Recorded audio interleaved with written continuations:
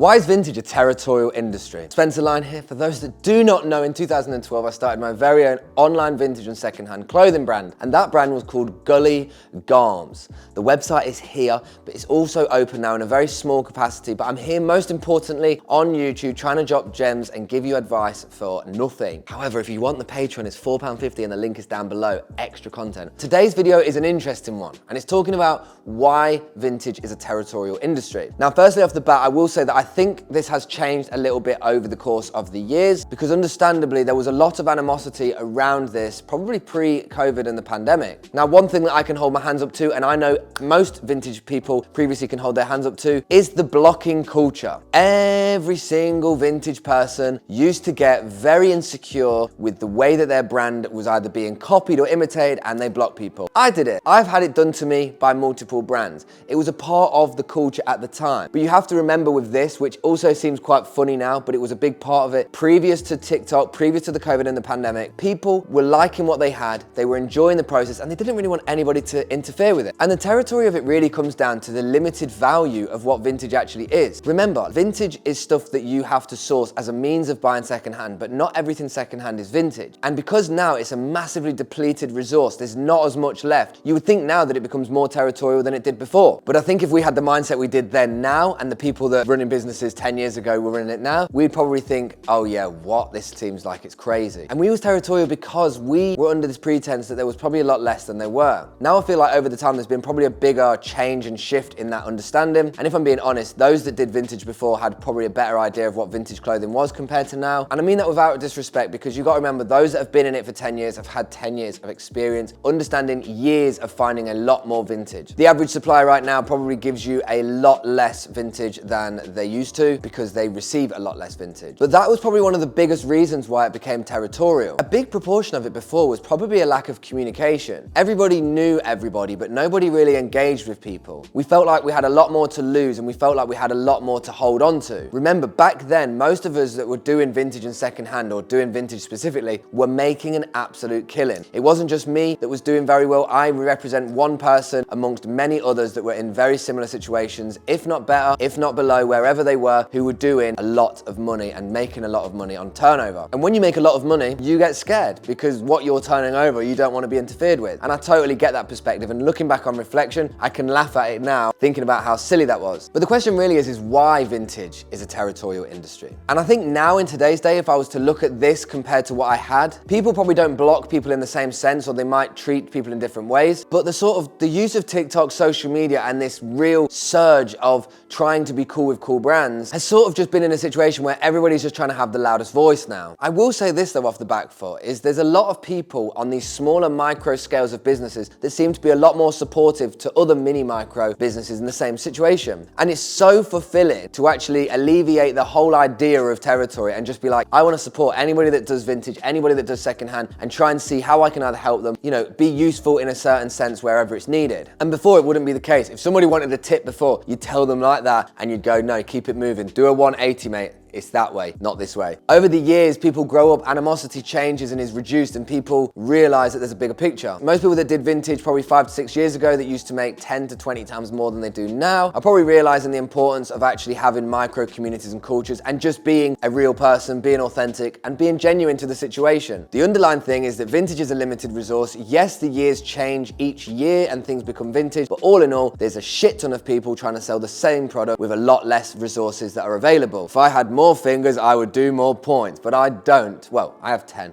But anyway, that's really why I think vintage became a territorial industry. And I think that now it sits in a much different situation. Social media stuff like TikTok really does allow anybody the opportunity to upload a video and blow up overnight. And how you handle blowing up is the most important part of that situation. But before, it was a case of get your social media, get Instagram, get Facebook, build it up naturally or organically, and then start funneling adverts. And that was like the blueprint that most people followed. Territorial over the fact fact that we're both competing for the same advert space on Facebook or Instagram. Territorial because there's less people selling on these platforms and we feel like we are more in line with the competition. Remember, it's very strange, but when there's more people doing the same thing, you kind of just accept that it's a much more diluted system. What I mean by that point is that there was a lot less people doing it before, and as a result, that territory sort of sat in line with how many people did it. Whereas now, because there's so many people, there's not individual people that you can be like, oh my God, this person's doing it, that person's doing it. And it's almost like all inclusive and accepting. And I tell you right now off the bat, it feels much better to be in that state of mind. So shout out to everybody that I blocked, shout out to everybody that blocked me.